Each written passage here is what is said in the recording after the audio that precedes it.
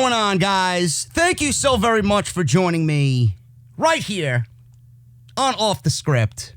It is Sunday, a rare Sunday, May 24, 2020. This is episode 327, part number 2 of the podcast this weekend. We just got done with Double or Nothing. Great show. Great show. AEW's flagship banner show of the year. I covered it in the greatest detail that I could possibly give you guys. Last night, we were here till 2 o'clock in the morning. YouTube clearly did not want to push out my video. So that was a great thing to wake up to. But I had a blast on the live stream last night. Make sure you guys go and check all of that stuff out on the channel. It's there on the channel. You got to actively go and search for it yourself because YouTube, according to them, it doesn't exist. Doesn't exist. Doesn't even show up in the search. So thank you, YouTube gods. I really appreciate it. It's weird to be here on a Sunday, man. Usually I get my work done on Friday and Saturday, and the Messiah usually takes Sunday off. But I'm here, and I have news. I have news and a lot of it. So strap yourself in, man. It's going to be a good show. You know, I want to address just one little thing that is on my mind. You know, a lot of people like to act fake on social media. A lot of people like to virtue signal on social media. A lot of people like to take a situation, terrible situation, and then make it about themselves. A lot of people want to go out there and claim that they're bullied. Folks, if you are on social media and you come across me, you're not really going to see anything but somebody who is very adamant and very passionate about wanting a good, solid, entertaining, logical, and non-shitty pro wrestling product. Something that makes sense. Something that I can actually look back on and say, you know what? I watched that and I enjoyed it. My job here is to be analytical. My job here is to dissect the product. I have gained the knowledge over years and years and years of watching shitty wrestling to get myself to this point to where I know what I'm watching, who I'm watching, what needs to happen, what doesn't need to happen, if this is good, if that is not good, so on and so forth. All I will say is this. I have built a foundation for myself here over years of hard work, okay? I have not sucked dick. I have not kissed ass to get where I am. I have asked to be a part of things. I never shilled anybody or anything to get ahead. I've never tried to act fake for any particular reason to get ahead. I've never done that. I've never grown up with that type of mentality. I've always taken what my grandfather has taught us while we were growing up. Every day I used to watch my grandpa go to work. I was in school. We'd come out of school. My mom would take us to my grandma's house. We'd sit down. My grandpa would come home around 3:30 after being at work since 5 o'clock that morning. Put his pajamas on, sit in his rocking chair, yell at my grandma from the rocking chair to the kitchen, "Woman, make me a sandwich." And then he'd fall asleep. We sit there around till dinner time. We go home, rinse and repeat every single day. Sit in the living room and watch cartoons. He always used to tell us these little things here and there. When you get a good woman, take care of her. Always be yourself. Work hard and get ahead by working hard. Always be yourself, etc., etc. My dad did the same thing. My dad took after my grandpa. My dad worked with my grandpa all those years for his company. So my dad and my grandpa were the two hardest working people that I've ever come across in my entire life. I will never find anybody that is more hardworking than them. There are a lot of people in this community that get ahead by sucking dick and being a shill and being disingenuous and not being themselves. And they say things just to kind of get ahead. Meanwhile, it might not be what they really feel. It might not be what they really think. And they do it. And it's almost as like they're putting on an act. For who? I don't know. I've gotten myself to a point where I've never really done any of that. And I take great pride in that. If you don't like what I say, if you don't like how I come off on here, it's not my problem. Go watch somebody else be a disingenuous fuck. Go watch somebody else say something which is obviously terrible, tell you that it's good, and try and sell you on it. It's like going to a fucking jewelry store in the middle of nowhere, and you know the guy's bullshitting you. Hey man, this is 24 karat gold, and I'm selling it to you for $199. You're gonna believe this motherfucker? Or are you actually gonna go to a reputable dealer and spend the hard-earned money that you worked for on something that's genuine? Don't believe these fucking people in the community. Don't sit there and take their bullshit. It only makes you look like an uninformed idiot. Now, I know I'm not everybody's cup of tea, but what I say here are my views. What I say here, I live and stand by. What I say here most of the time is factual information, because I know for a simple fact that what I say here you're not going to hear anywhere else. And why is that? Why is that? Because everybody is afraid of losing their precious position that they're in. Like a WWE backstage position. Give me a break, bro.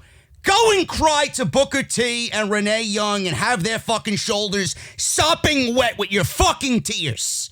Okay? Blow me. I know for a fact, you know that I do a better job than you do. I could do your job on WWE backstage better than you could do it. Why am I not there? Because I don't suck dick. That's why. Why don't you go hunt down a fucking porn star in Whole Foods, stalk them with your wife, and then fucking virtue signal on social media how you're being bullied? Bro, if there's anything about bullying or any definition of bullying, you're the one that everybody should come to. Bro, you worked for TMZ. You worked for TMZ. If that doesn't signal bullying, I don't know what does. But a Bella Danger turns you down, and I'm laughing still over the fact that you got exposed over stalking porn stars in Whole Food, bro. Why don't you go about your business and stay out of mine? Because all you had to do was come to me like a fucking man, and instead you had me blocked, and then you unblocked me because I seen your tweets while I was looking at Double or Nothing last night, and then you blocked me again just to call me out on the same shit that you really nailed me for. You're a hypocrite. You're a hypocrite. And I take great pride in what I do here. If you don't like what I say, if you don't like my takes, then that's not my issue.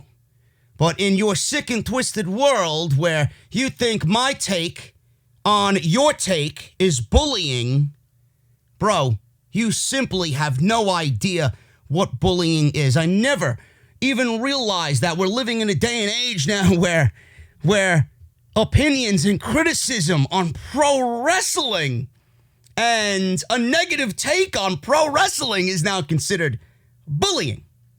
Please elaborate on what I said and how that translates into cyberbullying on social media.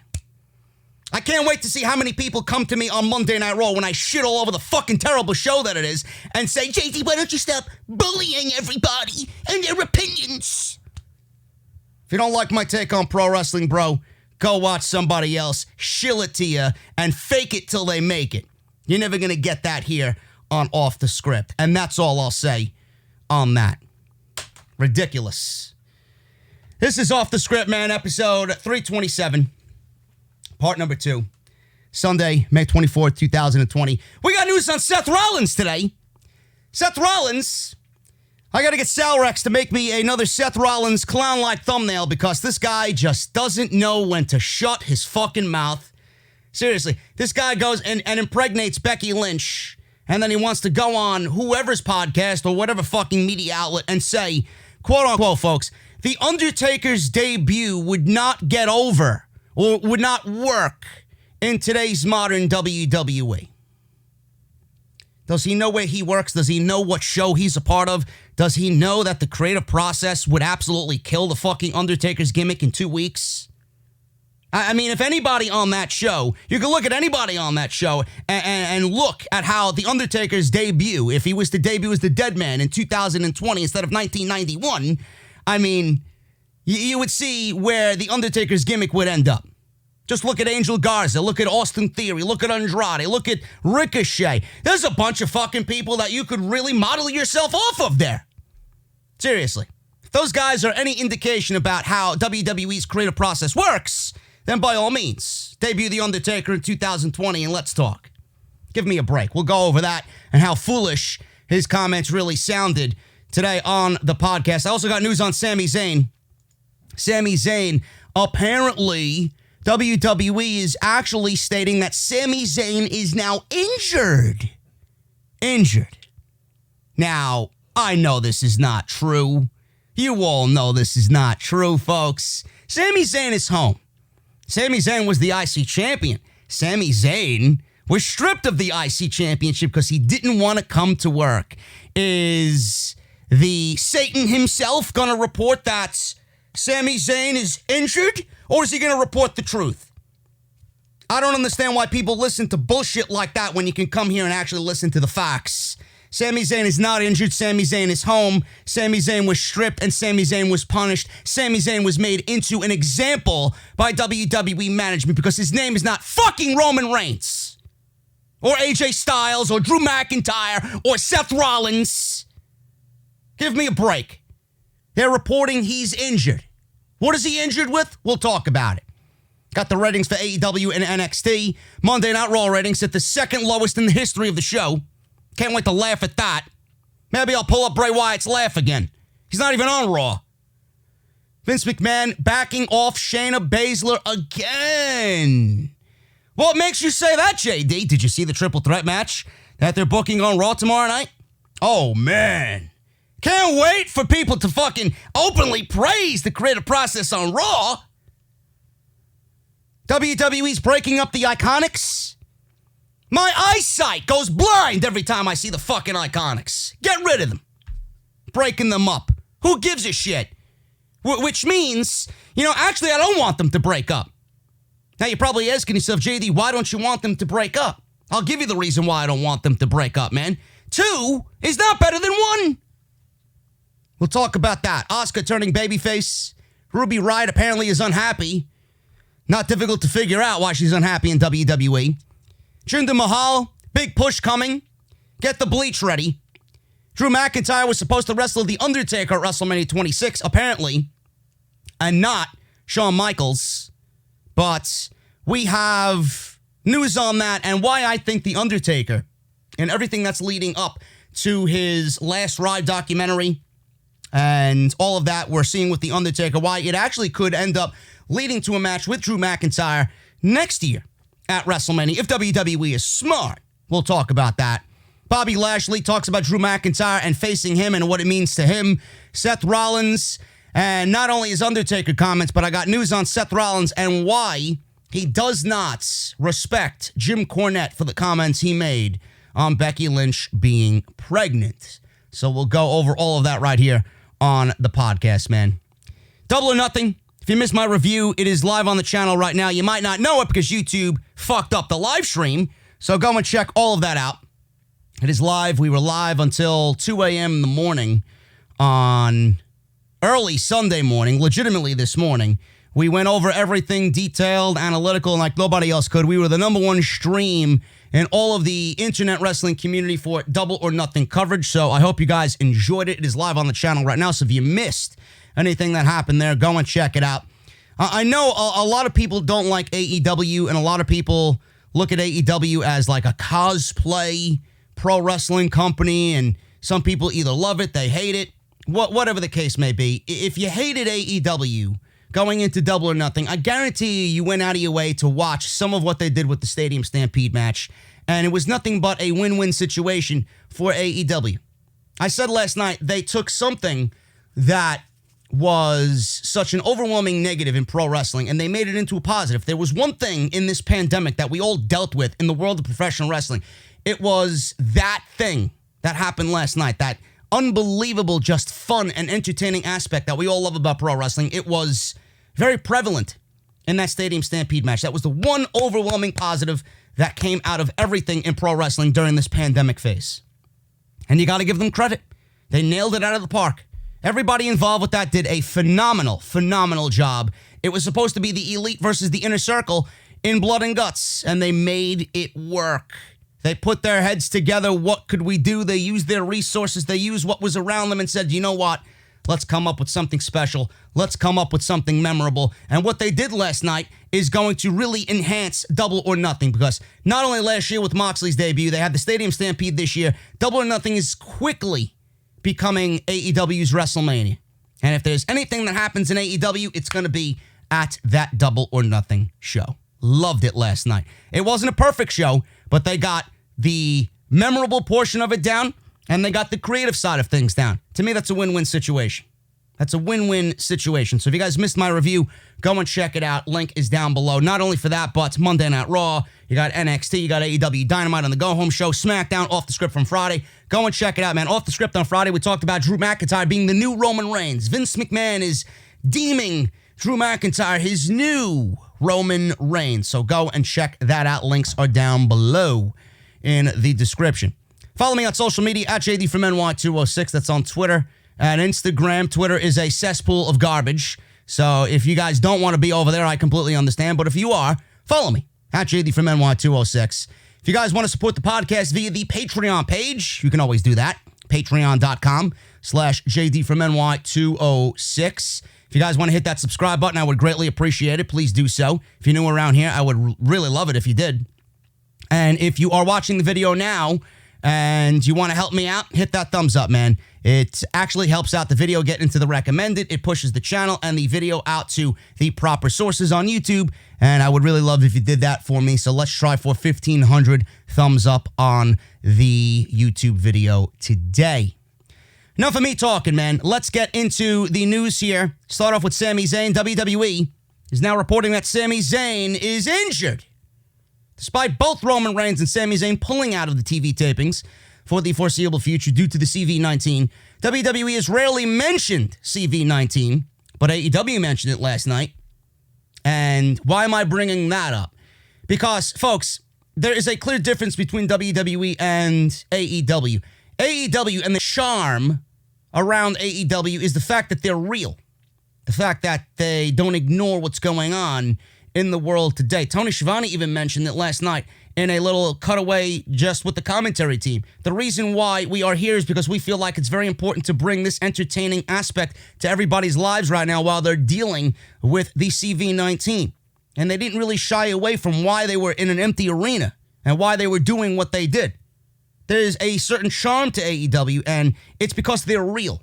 They don't really hide behind these falsities in Vince McMahon's land, you know? In Vince McMahon's world, everything's an inconvenience. In Vince McMahon's world, everything is just operating as normal. That's what is the difference, and that's what separates WWE from AEW. Now, we all know why Roman Reigns is home. We know why Sami Zayn is home. WWE hasn't really given reasons as to why Roman Reigns and Sami Zayn are on TV. They didn't really explain anything. But WWE will not do that. They will never do that. And WWE is now stating that Sami Zayn is off TV because he's hurt, because he's injured. However, we don't know if that's the case. I'm telling you right now, it's not the case. And that he instead refused to work any of the tapings, as reported by literally everybody. He refused to work any of the tapings due to the pandemic that was going on, which is totally understandable. If that's what he wants to do, then that's what he should do. Previously, WWE said that Sami Zayn was unable to compete, but didn't state why.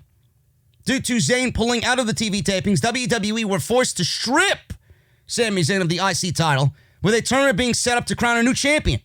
In the 2 first-round matches last week, Daniel Bryan and Elias advanced, and Daniel Bryan beat Drew Gulak. Elias beats Boring Corbin, respectively. We've seen Jeff Hardy advance over Sheamus, and AJ Styles advance over Shinsuke Nakamura. So now we're looking at Styles and Elias, and Daniel Bryan versus Jeff Hardy. How WWE books the rest of this tournament, I don't know. I gave my thoughts on SmackDown. Quickly, in a nutshell, Daniel Bryan should be the Intercontinental Champion, Because if Jeff Hardy goes on and kind of redeems himself in this one final run with WWE, why wouldn't you want to do that for the World Championship? Daniel Bryan winning the Intercontinental Championship actually sets up an easy storyline for Sami Zayn to come back to and chase the Intercontinental Championship again that he was wrongfully stripped of. So I think that's the right way to go about it. Plus, a Daniel Bryan AJ Styles final is what I look at when I think Intercontinental Championship, or at least the prior prestige that the Intercontinental Championship did once have.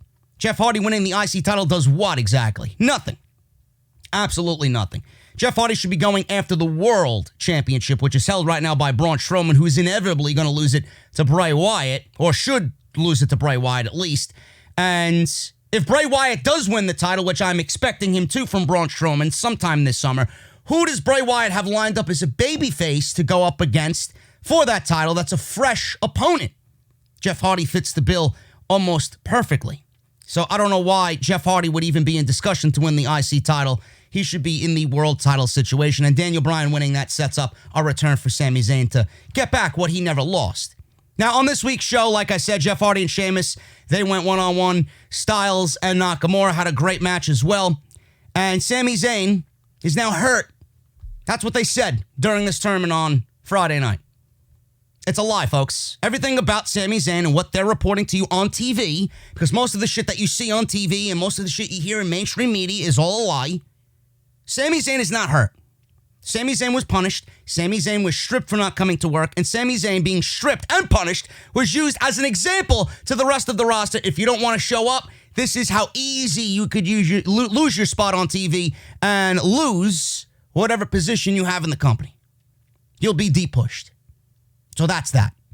And if you don't believe that, I mean, this is WWE we're talking about. When have they done anything that was morally correct? Give me a break. Anything that they can do to get back at somebody, they will always take the low road, folks. They will always take the low road. This is not that much different. They fucked Sami Zayn over. And I can't wait for him to have his contract come up and him leave the company. Because that's exactly what he's going to do. They don't appreciate him. They never appreciate him. They don't respect him. So why the fuck do you want to keep him? And when his contract is up, what do you think WWE is going to do? Here's a new 5-year contract with an extra $250,000 a year tacked on. Can you please sign this? Sami Zayn knows better that money ain't everything. I expect him to be gone when this hellish nightmare of a contract is over. AEW and NXT ratings are in. The live viewership from Wednesday's shows. Dynamite had the go-home show for Double or Nothing, and NXT was okay. Wasn't a blow-away show by any means, but it was an okay show. AEW was up while NXT was down this week in total viewers, as well as the important 18 to 49 demographic. Like I said, this was the go-home show for Dynamite for last night's Double or Nothing pay-per-view event. AEW Dynamite this week drew 701,000 live viewers, and NXT drew 592,000 live viewers. That is terrible. I don't know who is not watching NXT, but I said this last week. I feel like there are two overwhelming reasons why people aren't watching NXT. One, it's because it's a WWE product. And no matter what you think of NXT, you might think NXT is great. You might think NXT is the best promotion in all of North America. But some of those people will not watch NXT over AEW simply out of the fact or the reason that it is a WWE-inspired product. It's got the WWE logo on it. I feel if NXT didn't have any affiliation with WWE, more people would be watching weekly. But they take it as WWE. I'm not supporting the big corporate giant that is WWE that doesn't give a shit about its fan base. Now, the other reason why I don't think people are watching NXT is, A, Charlotte Flair. They got to get her off TV. She's fucking miserable in every sense of the word. And the other reason why I think people aren't watching NXT, and before you come down on my Charlotte Flair take, Charlotte Flair is the epitome of everything the opposite of what NXT represents. So you're already losing and tarnishing the aura and the appeal and the charm of NXT when you got someone like Charlotte Flair in NXT holding their women's championship. How does that make the show better? How does that make the women's division better? All that tells me is that you're trying to make NXT more like the main roster, and that's not what we watch NXT for. If we want the main roster, we'll watch the main roster. If anything, the main roster should be like NXT. And they're doing the exact opposite. They're making NXT like the main roster. And who wants that? Really? So I understand your pain there, folks. I really do. The other reason why people aren't watching NXT is because they look at Raw, they look at SmackDown, and how absolutely abysmal these shows are on a weekly basis, and they think that come Wednesday, it's going to be the same thing. It's going to be just as bad as it is on Monday and Friday. It's not the case. Even in the middle of this pandemic and in the middle of these terrible WWE empty arena shows, NXT still is the best show on WWE weekly television. Go out of your way and try and watch it. I'd love to know.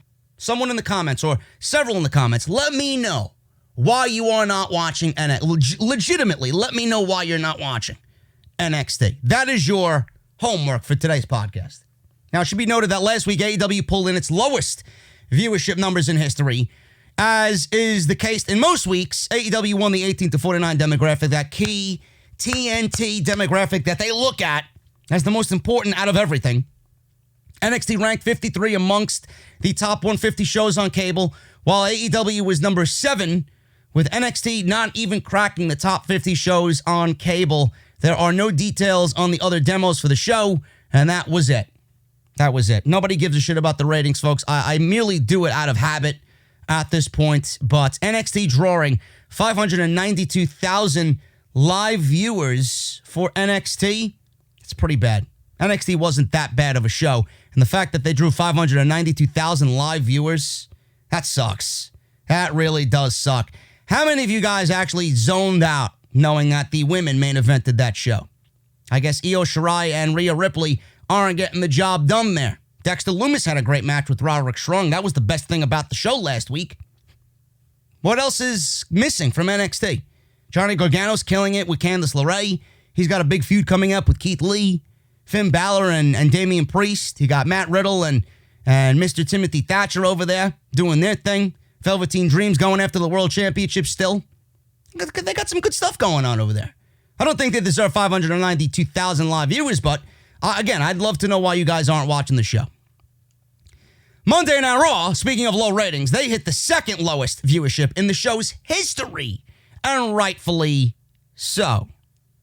Raw dropped from last week's number, boosted by the Becky Lynch pregnancy announcement, which wasn't even all that exciting, falling 8% from last week and averaging 1.76 million viewers. It was the second lowest viewer number in modern history of the show, trailing only the episode 2 weeks ago that did 1.68 million viewers. So, man, oh, man, what happened there, bro? The wild card rule in 2020 seems to be working out great for you. It's wildly failing on WWE television. So when you think Baron Corbin's a draw again, folks, they had this match promoted a week out in advance. That's how many people said, you know what? Fuck this show. I ain't watching. I gotta watch Baron. And you think I say shit for the sake of saying shit to be cool and edgy, right? Everybody apparently had the same thought that I had. We had Baron Corbin on Friday. What makes you think that people want to watch him on Monday and only to see him again on Friday? Give me a break.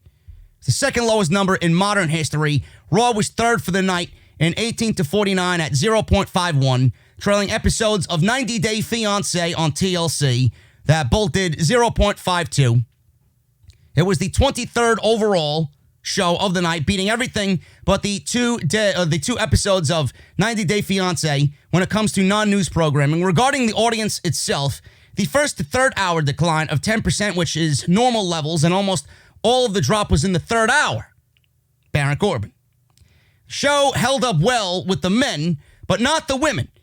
Women 18 to 49 fell 21% from hour 1 to hour 3, while men 18 to 49 only fell 1%, so the show did a better job than usual in retaining adult males. Teenage boys actually increased as the show went on, and teenage girls stayed even. The show was down 30% from the same week last year. 30% from the same week last year, folks. Where are all those people going?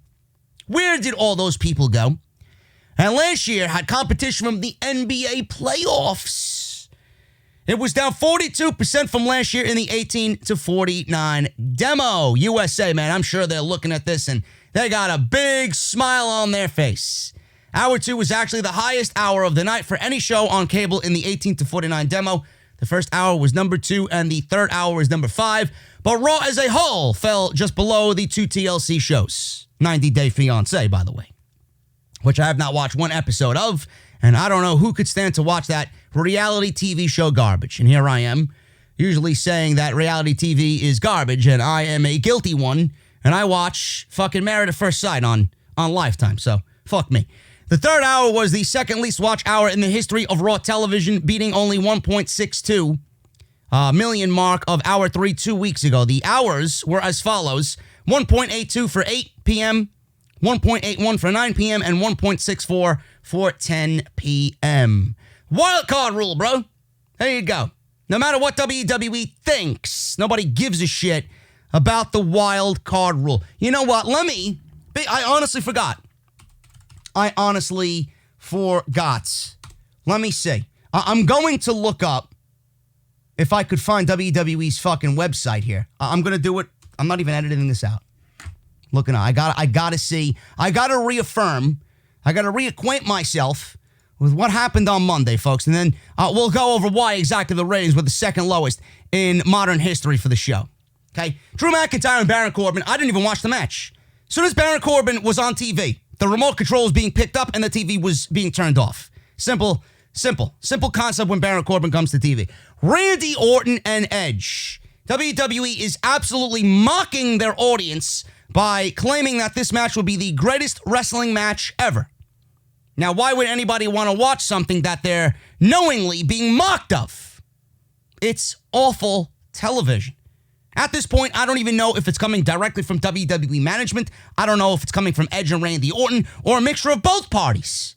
But clearly everybody had the same opinion of the match. It was fucking terrible at WrestleMania. And now you're giving me the moniker of greatest wrestling match ever? I mean, give me a fucking break. Greatest wrestling match ever. Bro, I can name you 10 off the top of my fucking head within the last year that were better than this match and will be better than this match. You're setting this match up for an inevitable failure. And I find it hilarious that the match is actually happening at Backlash. There will be Backlash when it's never going to live up to the moniker of greatest wrestling match ever. And then we got people glorifying this and justifying this on social media. I don't get it. You like being mocked? You like being told you're a fucking idiot by WWE? How could they even go and do this? And what does this say about Edge and Randy Orton, about how little they fucking care about the fans? It's like WWE's giving them this platform to not only redo it, because they both knew it, that the match was terrible at WrestleMania, but they're giving them the platform to kind of shit on the fans and shit on everybody that said their first match was terrible. Randy Orton has not had a good wrestling match in years. And you're going to put him in a match with the motto of greatest wrestling match ever? I don't even look at Randy Orton himself as one of the greatest wrestlers of all time. Give me a break. And Edge, do you expect him to live up to that, being in his second singles match in 9 years? Bro, you got a mental fucking problem if you think that WWE is doing right by these two guys and giving you that rubbish going into Backlash. Humberto Carrillo continues to be a loser. He lost to Buddy Murphy, only for Buddy Murphy to end up losing later on in the evening because he wrestled twice in one night. Ruby Riott was fed to Charlotte Flair because fuck the women's division. Charlotte Flair has got to get off of television. She is legitimately destroying every aspect of women's wrestling on WWE programming, and nobody is sticking up for the rest of the division. They're just willingly bending over and accepting Charlotte Flair and whatever the fuck she's got right up the ass. It sucks. This woman is on Monday, on Wednesday, on Friday. Overexposure? Bro, this is well past overexposure. This is actually now getting into troll-like levels by WWE. There's no reason why this woman needs to be on TV 3 times a week. And if there's anybody on this roster, I can't even bring you one name that I want to see 3 times a week, let alone Charlotte Flair. Awful, awful, awful. Nia Jax, she made her presence known about how she wants the Raw Women's Championship. Give me a break. We got Bobby Lashley and R-Truth. garbage. Why this is on my TV again for a Monday night, I don't know. Bobby Lashley being made into a threat for Drew McIntyre, folks. I mentioned this on Monday. Drew McIntyre is going one-on-one with Bobby Lashley at Backlash for the WWE Championship. Now you want me to take Bobby Lashley to be a serious threat when he's beaten guys like R-Truth on a number of occasions. He's beaten Titus O'Neil. He's beaten, what's his name, Akira Tozawa, who's a fucking loser on Monday Night Raw, but then everybody wants to look at him as like a cruiserweight threat on NXT. Completely illogical garbage. They had this guy run through Shelton Benjamin in a gauntlet match last couple of weeks. Now you want me to take this guy as a serious threat after you buried him for 3 fucking years and made him look like a complete loser. Now because he's burying bottom of the barrel talent, you want me to take him seriously as a threat to the WWE Championship? And then I hear the excuses, oh, but they had a match at Impact Wrestling. That was great. I don't give a shit what anybody does in Impact Wrestling. Who the fuck spends their time watching Impact Wrestling? I don't. I got much better things to do with my fucking life than watch Impact and an empty Impact Wrestling show, man. My God. You talk about looking up the definition of depressing. Holy shit. Bobby Lashley will never be looked at as a threat, no matter how you build him up for Drew McIntyre. Give me a break. Alexa Bliss and Nikki Cross versus the Moronics. Let me do it. The Moronics! There you go. Garbage. This is Monday night, and then you wonder why they suffered the lowest and then the second lowest Monday Night Raw rating in the history of the program. Alexa Bliss, I would rather watch a Wawa plastic bag wrestle than Alexa Bliss. Nikki Cross, who? This is not the same Nikki Cross I know from NXT. That Nikki Cross actually had personality. This Nikki Cross was fucking stripped, raped, and strangled. Garbage on the main roster. And how many of you got that Cannibal Corpse reference, bro? Give me a thumbs up in the chat. The IIconics, 2 of the absolute worst bottom-of-the-barrel performers in the history of WWE. And then I have people coming to me, why are you making fun of the IIconics? Bro, listen, you ain't getting with them, bro. Seriously, put the lube down, put the tissues down, and go find yourself a real woman. Dating apps exist. Swipe right. Continue to swipe right, because nobody's going to swipe right on you. Give me a break. The IIconics. I asked somebody on social media, give me 5 reasons why the IIconics are a good act. He only gave me 4, and the 4 he gave me, they're entertaining. After that, I said, you know what? I can't even fucking read the rest of the reasons why he thinks they're an entertaining act or why they belong on television. Give me a break. Shayna Baszler versus Natalya in a submission match. If you think this is a submission match, I'd love for you to go back and actually watch a real one and then tell me what you think. Kevin Owens and Apollo Crews versus Andrade and Angel Garza. Losers. How do you say a loser in Spanish? That's exactly what Andrade and Angel Garza are. Aleister Black, he got attacked by Austin Theory and Buddy Murphy.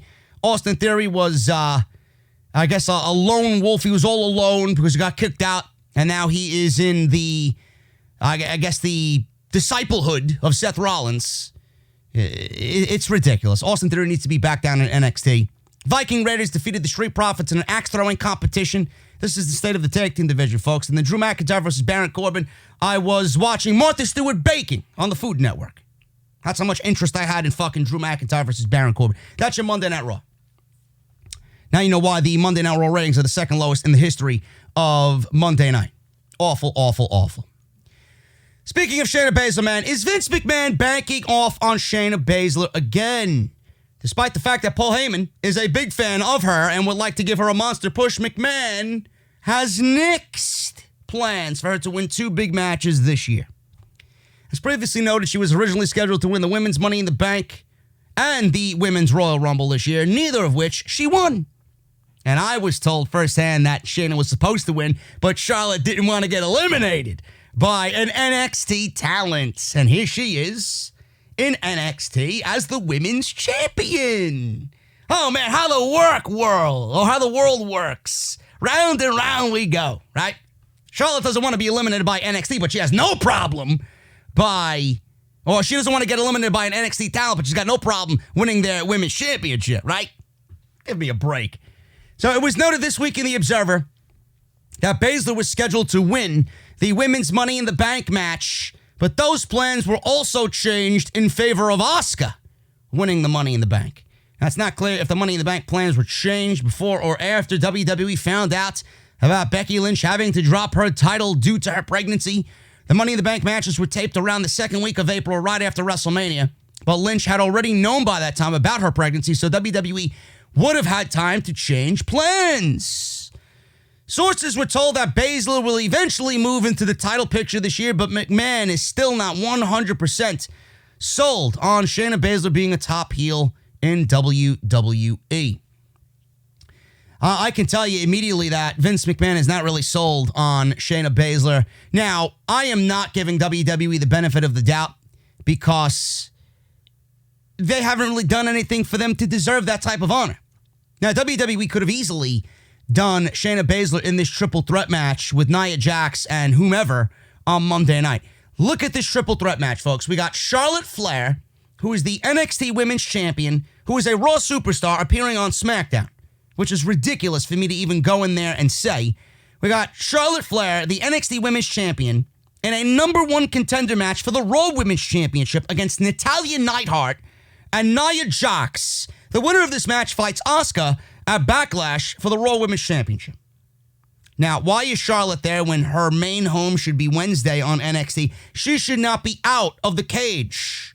She should be held on NXT. She needs to find a home on Wednesday night. Then we got Natty. What has Natty done to even deserve to be in a number one contenders match? Oh, that's right, lose. Because WWE takes the losers and they think that when you lose, you actually win. So that's why Liv Morgan hasn't been put into this match, because she won a couple of matches in a row. So WWE said, you know what? Fuck it. We're going to give the loser the opportunity because that's the way we do things here. And if you don't like it, blow me. Natty has not won a match since WrestleMania. So why is she in this match? Nia Jax is there because Nia Jax apparently is just there because she's Nia Jax.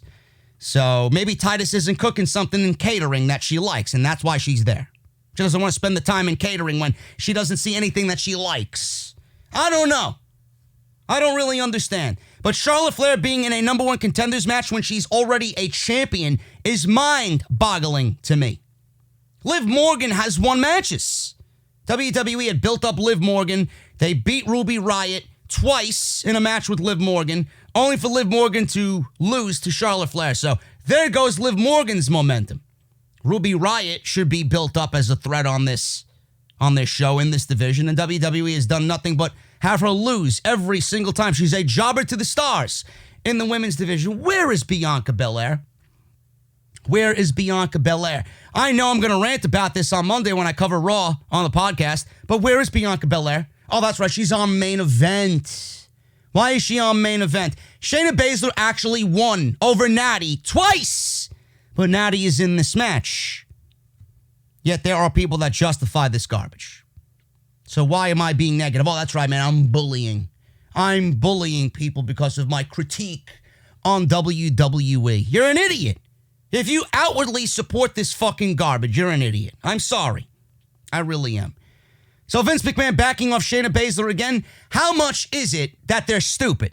Or how much is this decision a Paul Heyman decision? Now, if you put Shayna Baszler in this match, you really can't. And I'm looking at both sides of the spectrum here. If you put Shayna Baszler in this match, you know, it might not be a good thing. Because if you got Charlotte there, Shayna Baszler, and Nia Jax, you really ain't going to have Shayna Baszler come out of that looking good, because somebody's got to take the pinfall. It ain't going to be Nia. It certainly ain't going to be Charlotte. But WWE should have booked this match to be Liv Morgan, Shayna Baszler, and Nia Jax. Shayna Baszler should already be the women's champion. Asuka shouldn't even be the women's champion. Shayna Baszler should have beat Becky Lynch at WrestleMania. No question.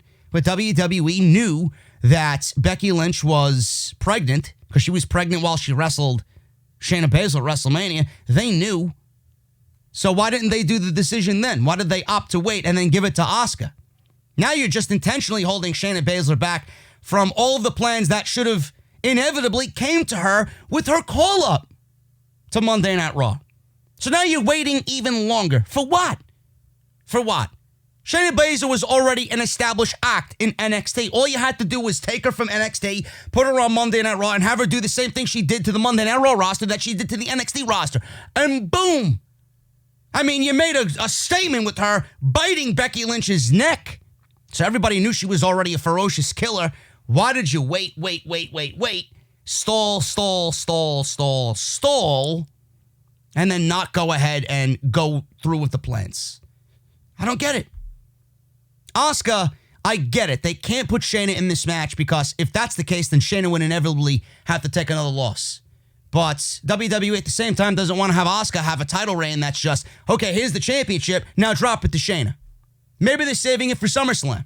Maybe they're building Shayna Baszler up to get a couple of wins and look dominant and cut some really beast-like promos and then get the match at Asuka at SummerSlam. Now, that's giving WWE too much credit. That's probably what they're going to do. We might get Asuka versus Nia Jax more than likely at Backlash. I doubt that Charlotte gets the match. I mean, it doesn't make any fucking sense. You want to piss off everybody, which is WWE's MO, then by all means, do it. But I don't see Charlotte winning the match no matter how much we complain. But the simple fact of the matter is she doesn't belong there. WWE's trolling us at this point. Nia Jax more than likely is going to win. Nia Jax is more than likely going to pin Natty because Charlotte Flair ain't taking the loss. And Nia Jax will move on to fight Asuka, and Asuka will beat Nia Jax. Now, that's not a match I want to see. That's not a match anybody wants to see.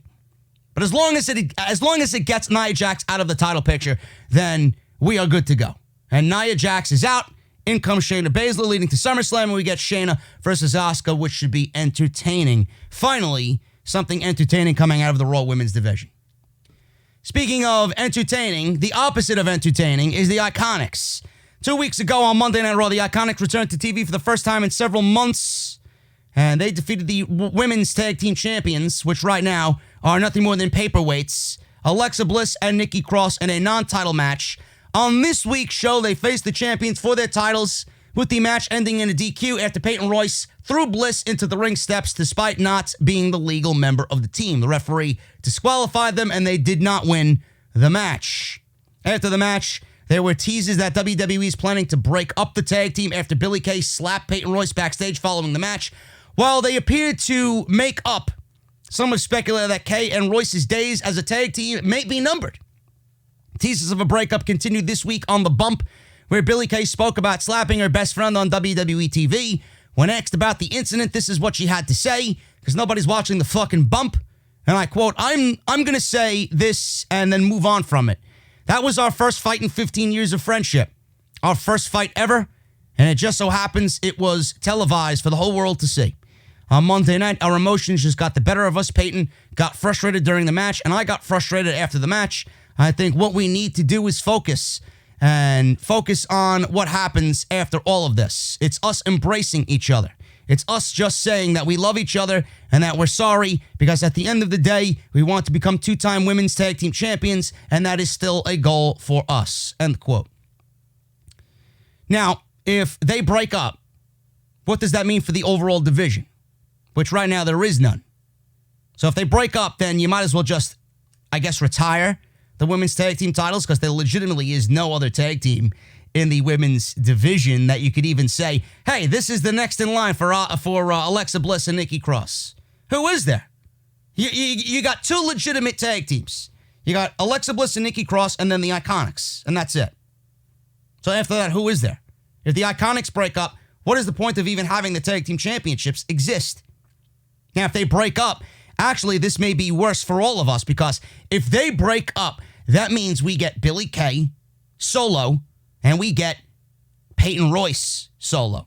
Sometimes sometimes I think about these things and I'm like, maybe this is not such a good idea. They suck completely. They're fucking terrible. One of the worst acts in the history of WWE. But breaking them up might actually be worse than keeping them together. At least if they're together, we see them in one segment, in one match. If they break up, then we get possibly two segments with both of them on the same show, and worst case, we see one on Monday and one on Friday, and then we can't get away from the IIconics. Whereas if you watch them on Monday and you hate them on Monday, you watch Friday, they might not have to be on Friday.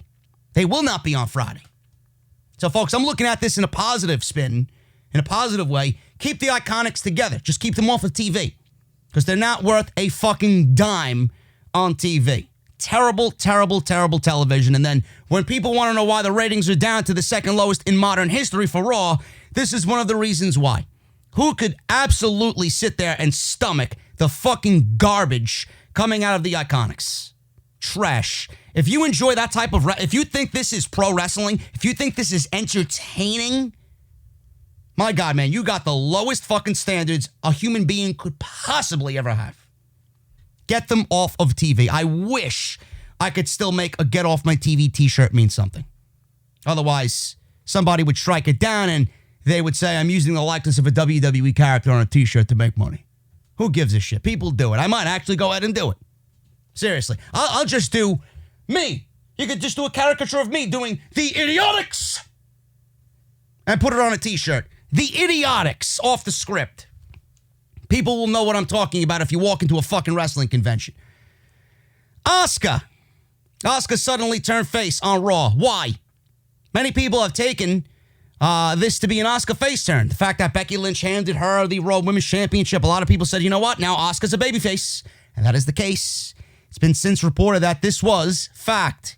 Now we also know the real reason why WWE decided to turn Asuka into a face. With Lynch out of the picture, Raw was short of a top babyface in the women's division, and this is almost certainly why WWE made the call to turn Asuka into a face. Meltzer, speaking on Wrestling Observer Radio, also noted that Asuka's next opponents are both heels, Nia Jax and Shayna Baszler, which was likely another factor in WWE's management decision to turn Asuka into a babyface. This is what he says, and I quote, I asked about the turn, and I was told that the Asuka and Zayn turn was not something in the plans, but it was necessary because they want a babyface champion right now, with names like Shayna Baszler and Nia Jax in line for title matches in the coming months. That's that. Very simple. Very simple.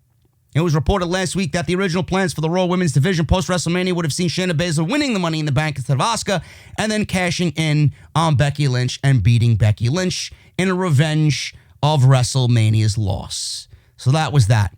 My question is, I don't mind Asuka being face. My question is, what are you doing with Kairi Sane? Is she going? Is she leaving the company? Are you keeping her as a babyface with Asuka? Or are you turning her into a heel? Or keeping her as a heel, I should say. Solo. Keeping her as a babyface might be a good decision. I loved babyface Kairi Sane in NXT. I don't think WWE had much of anything going on with babyface Kairi Sane. Clearly, that's why they turned her and paired her with Asuka. And the only reason why they paired her with Asuka was because they didn't want too many Japanese acts solo on the main roster. So they put the two Japanese women together to kind of consolidate and make one segment instead of 2 or 3 segments individually. That's why they did it. Because, you know, Vince McMahon does not really care for Japanese talents or talents that do not speak the English language very well. This is just factual information. I would love if Kairi Sane is by herself as either a heel or babyface. Babyface, I wouldn't mind. Heel, I wouldn't mind. Because if Asuka is a babyface and Kairi Sane is solo as a heel, that could make for some really great competition there. Honestly. And maybe Kairi Sane does stay a babyface because when Shayna Baszler inevitably wins that championship, which should be definite at this point, maybe she could feud with babyface Kairi Sane and relive their NXT feuds somewhere down the line in 2020 going on into 2021. So we'll see what happens, man. They got a couple of interesting options to go with, and we'll see what happens. But Asuka being a babyface or a heel, it doesn't matter to me. I was always a fan of Asuka. So whatever's happening with Asuka, I'm down with it because I enjoy it. I enjoy what Asuka brings to the table. I think she needs to kind of lean back a little bit on the fucking dancing and the whole cringe-like thing she's got going on and just being overwhelming at times. It's too much at times. But some of you say that's how she's like on her YouTube channel. And I get it. I get it. That's what's been making her get a big audience over on that side of things. And they're bringing that to TV and they're trying to capitalize on that. But the only thing I don't agree with Asuka is the fact that they just handed her the Women's Championship. It's like they took the Money in the Bank concept and said, you know what, for another year this year, we're just going to get rid of it. We'll give Asuka the Raw Women's Championship instead of having fun with it, you know? But it is what it is. I talked about that and why I think that was it was a downtime for the Money in the Bank. It was not a good thing for the Money in the Bank. It kind of loses value at that point. Asuka. They could have had so much fun with this. They could have had her still the Money in the Bank briefcase holder. They could have had a tournament. They could have used the brand-to-brand invitational or the wild card rule to invite the SmackDown women to come out on Monday Night Raw and compete in a big tournament to crown the new Raw Women's Champion. You could have even had fun with Asuka in the tournament. She could have been in the tournament, lose in the tournament, put someone over in the tournament by having them beat Asuka, only to have Asuka come out at the end and win the tournament anyway because of cashing in the briefcase. That would be great. That would be great. Predictable, but it tells a great story. And WWE, the masters of unfun, the masters of being lazy and uncreative. Awful, awful television is WWE, man. They don't know how to make anything feel special at all. That's what they are good at. The only thing that they are good at. Ruby Riott tweets unhappiness on Twitter after Monday Night Raw. Now, I don't know if this is to do with her gimmick or character, or this is how she genuinely feels. If I'm a betting man, this is how she genuinely feels, because all you have to do is open up your fucking eyes and see what they're doing to Ruby Riott since she's returned from injury. Riott lost again on this week's Raw to Charlotte. Fans were not happy about it on social media. Since her return from injury in March, she lost all 8 of her matches. So if this is the case, and WWE usually rewards losers like they do Natalya, shouldn't Ruby Riott be in the match? Shouldn't Ruby Riott be in the match on Monday in the triple threat match to challenge for the number 1 contendership? She lost 8 matches in a row. Natalya hasn't won a match coming out of WrestleMania. She lost to Liv Morgan on the pre-show. She lost to Shayna Baszler twice, right? So why isn't Ruby Riott in there to replace Charlotte? I don't understand WWE's logic here if losers usually get rewarded. Now, on this week's Raw, she lost to Charlotte, like I said, in a match that seemed more designed to spotlight Flair, like she needs it, as Riott came across as a loser. Following the match, Riott tweeted she seemed to be unhappy. She seemed to be unhappy on Twitter. The tweet was ambiguous enough that she could claim that she was just mad about not getting the win over Charlotte, not beating Charlotte, but it is hard to imagine that she's happy about losing every time she appears on TV, especially after returning from injury when wrestlers hope to get a fresh start.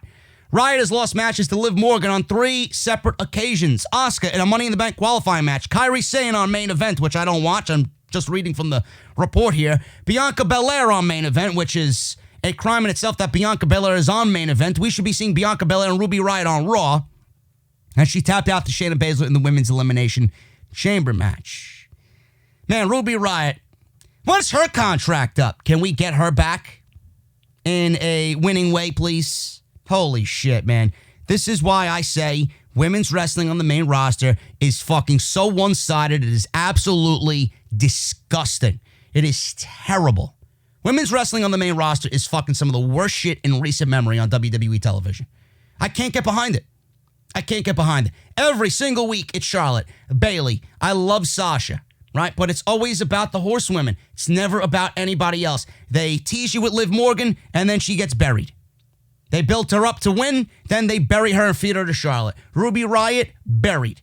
And Bianca Belair, where is she? They called her up to be on main event. What makes main event more special than NXT? Why would you even waste the woman's time at that point? She worked all of this time to graduate from NXT to be put on main event? How the fuck does that even make sense? I don't get these people. Ruby Riott should not be losing 8 matches in a row. These are the types of women that need to be on TV, and the women that don't need to be on TV are like the IIconics and Nia Jax and Charlotte Flair. So many talented women not doing anything on this show. They just don't get it. Get someone in the company that knows how to book women's wrestling. It's clearly whoever's there doesn't have a fucking clue. Vince McMahon definitely set on Jinder Mahal and his big push coming soon. Telling you right now, folks, Drew versus Jinder, SummerSlam's main event. Get ready. Get ready for all the fucking cretins and the incels and the fucking idiots, the misinformed idiots on social media to brag about how great of a story this match is. Showing you how hypocritical they are, because who in their right mind could honestly say they gave a shit about anything 3MB did?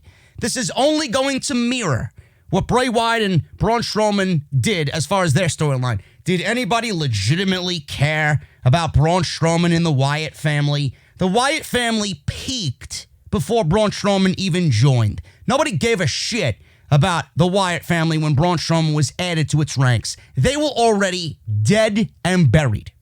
Same thing happened with 3MB.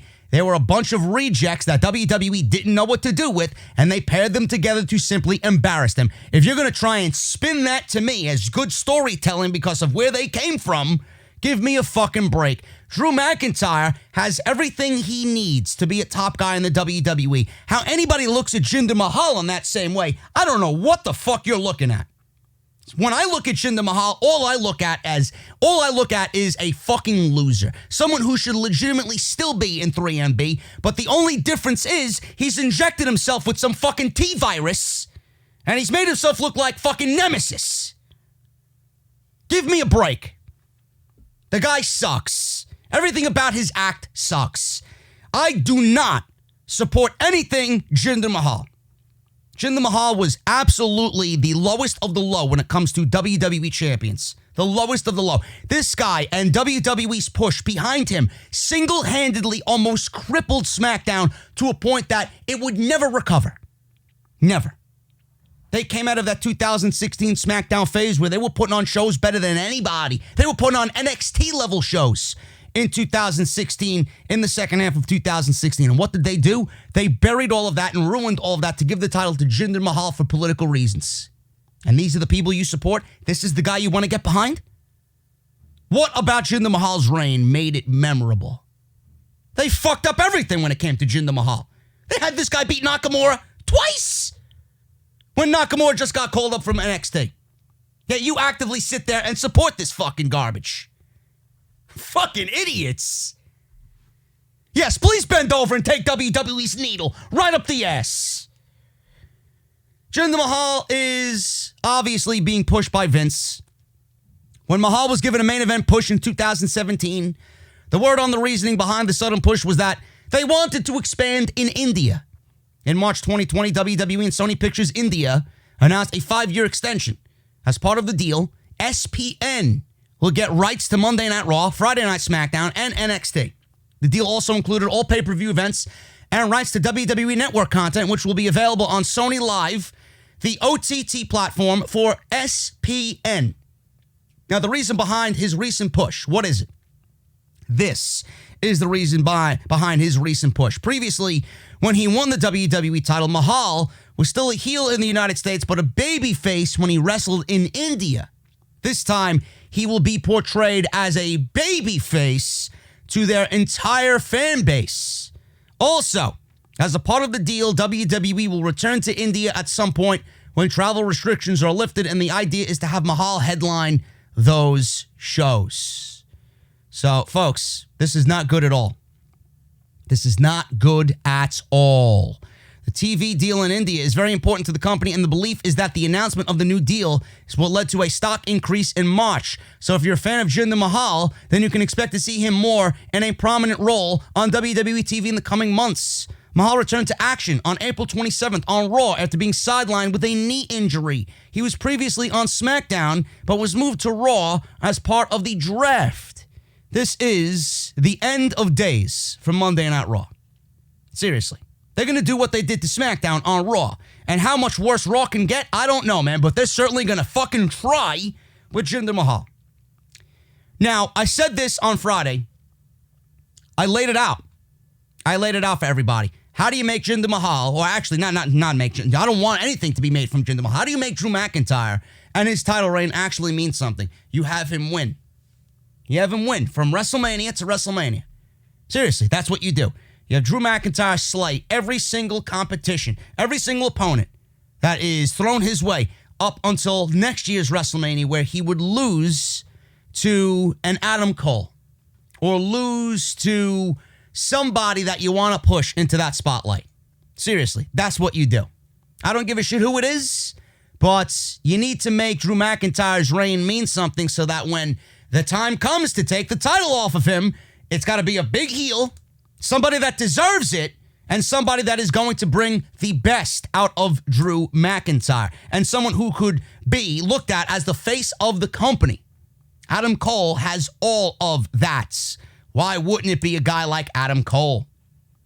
How about this? And we'll talk about this in just a little bit, because I got a story on Drew McIntyre. What about Drew McIntyre versus The Undertaker?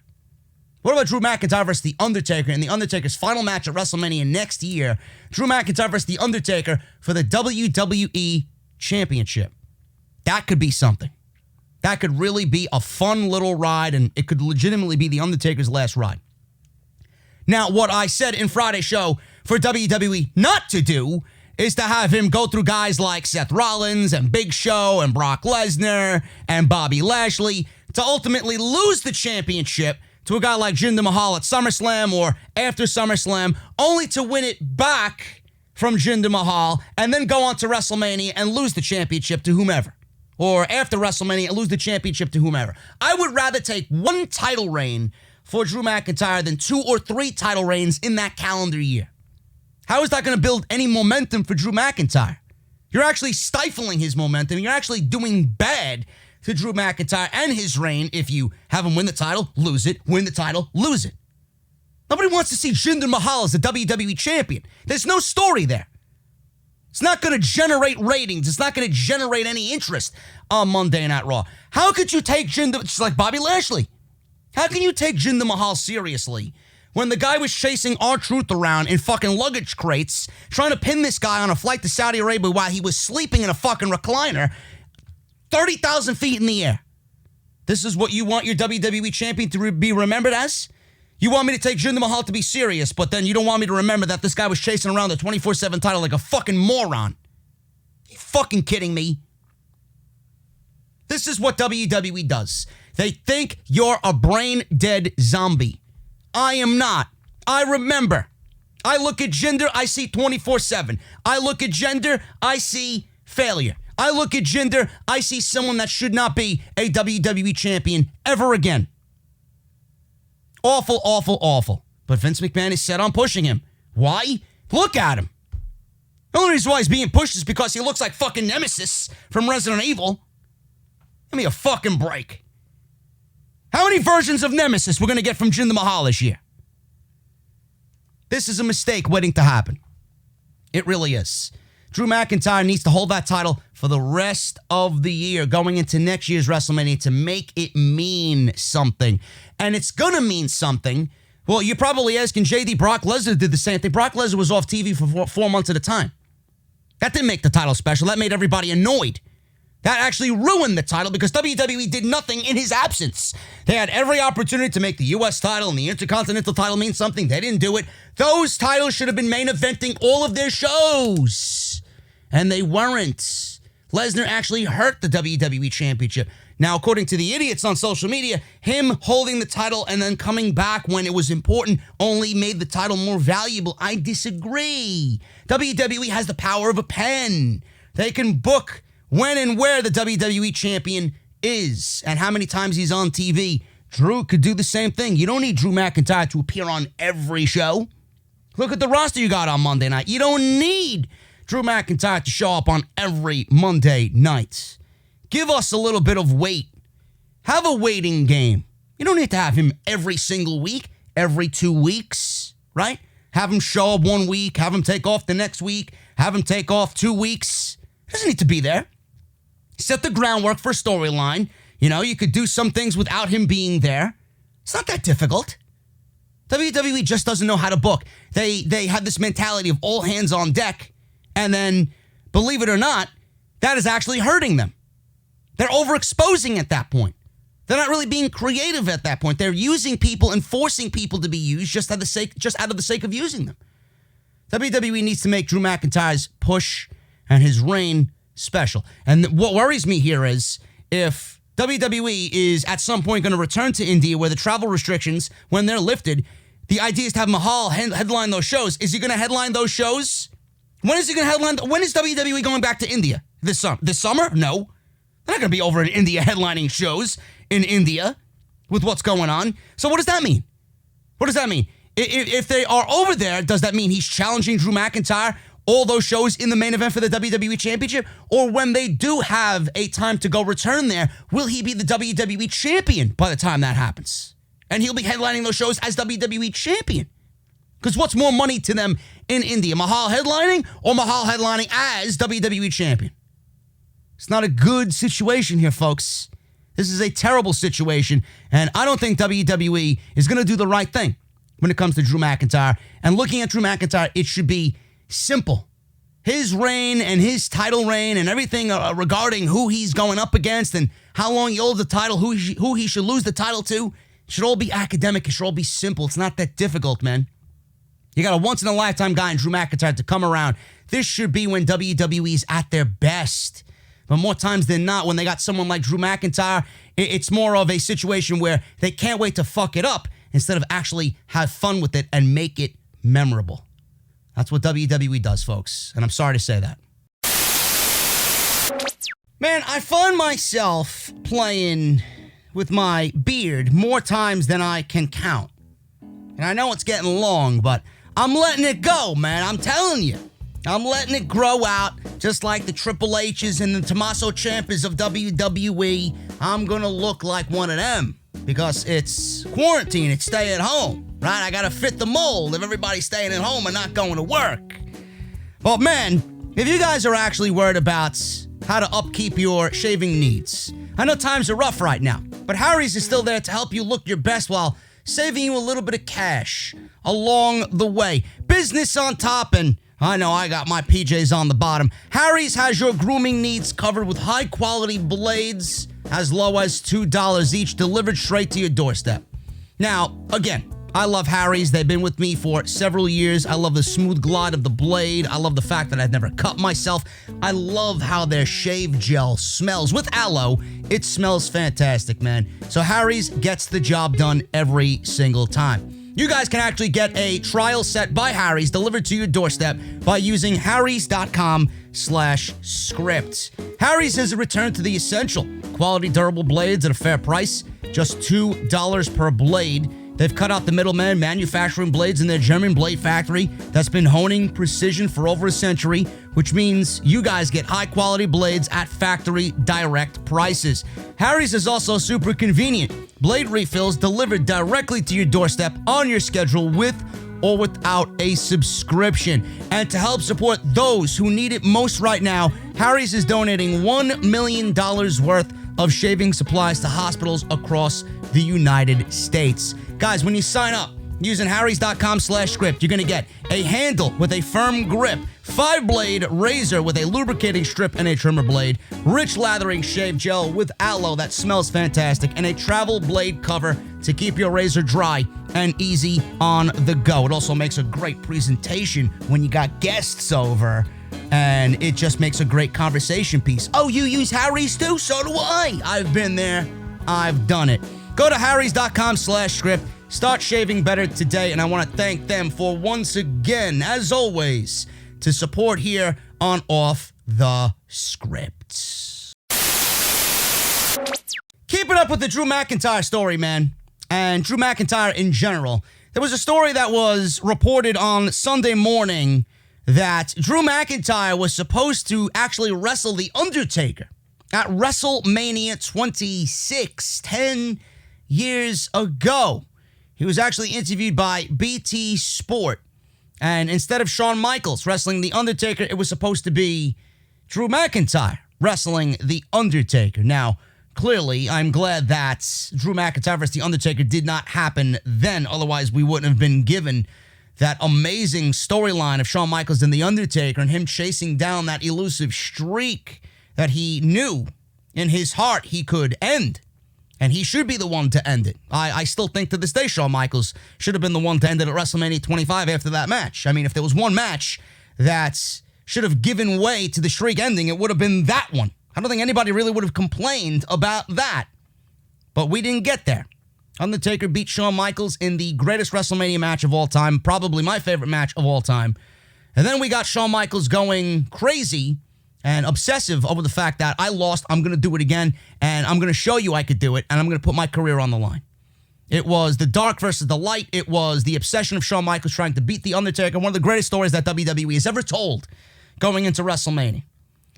Now, Drew McIntyre was supposed to have this happen at WrestleMania 26. He said with BT Sport, "When I was 24, I was told by Vince McMahon, you don't listen to anybody but The Undertaker.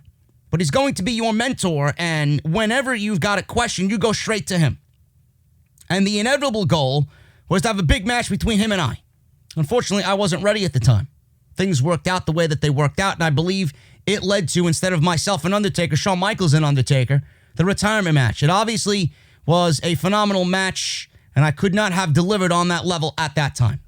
McIntyre did eventually go on to get in the ring with The Undertaker at Extreme Rules last July, which actually ended up being a good match. I believe it was Roman Reigns and The Undertaker versus Drew McIntyre and Shane McMahon. I did not give the match any credit going in, but it ended up being the best match of that night in a tag team match. And he said this about that. A lot of time passed, and eventually I got the opportunity to have a big tag team match with myself and Shane McMahon versus The Undertaker and Roman. Now, the only reason why WWE used The Undertaker and Roman in that spot there was because they needed to sell tickets to Extreme Rules.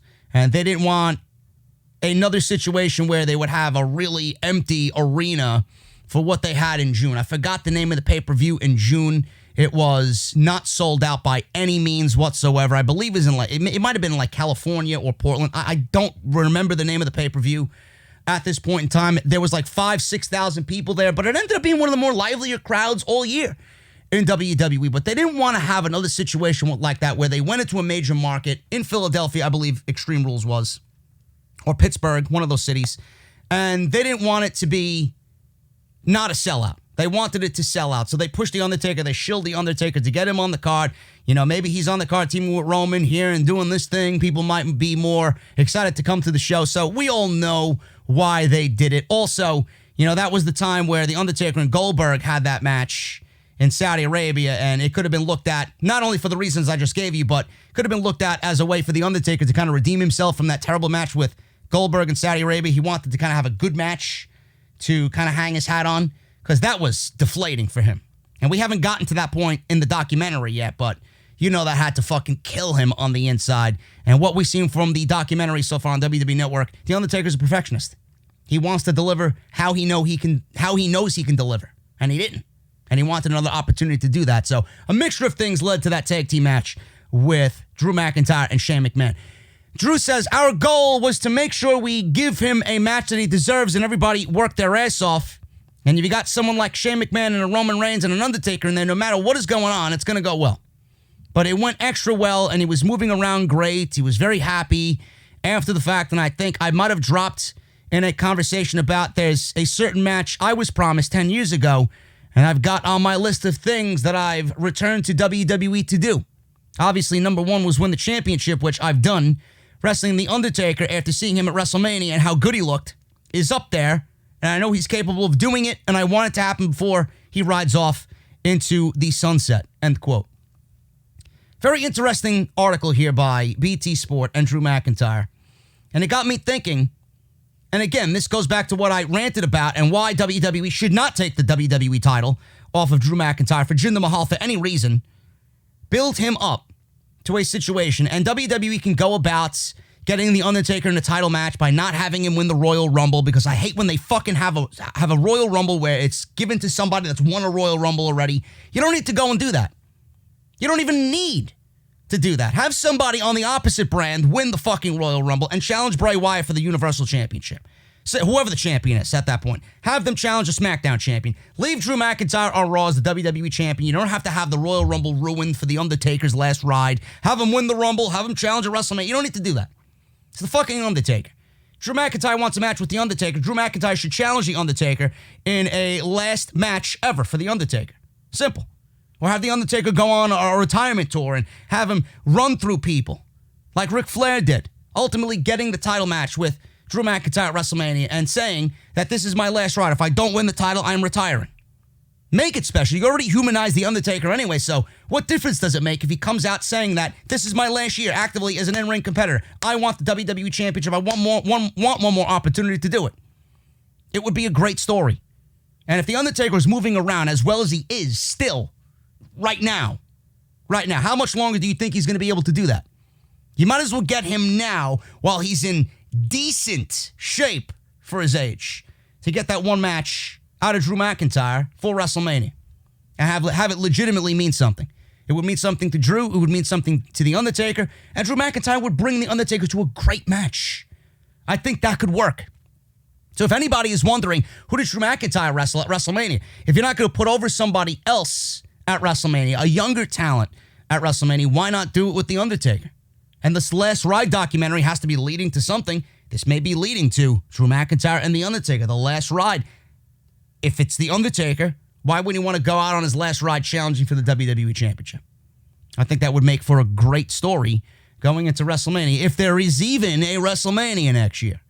So let me know what you guys think about that. The fact that he's actually talking about this might be a clue as to what they're talking about internally. It also might be just a simple, shameless promotion for the Undertaker documentary, because this is the thing that everybody's talking about right now in WWE, how great this documentary is. Could be a mixture of those two things, but things are said and things are released. Interviews are released for a certain reason when they are released.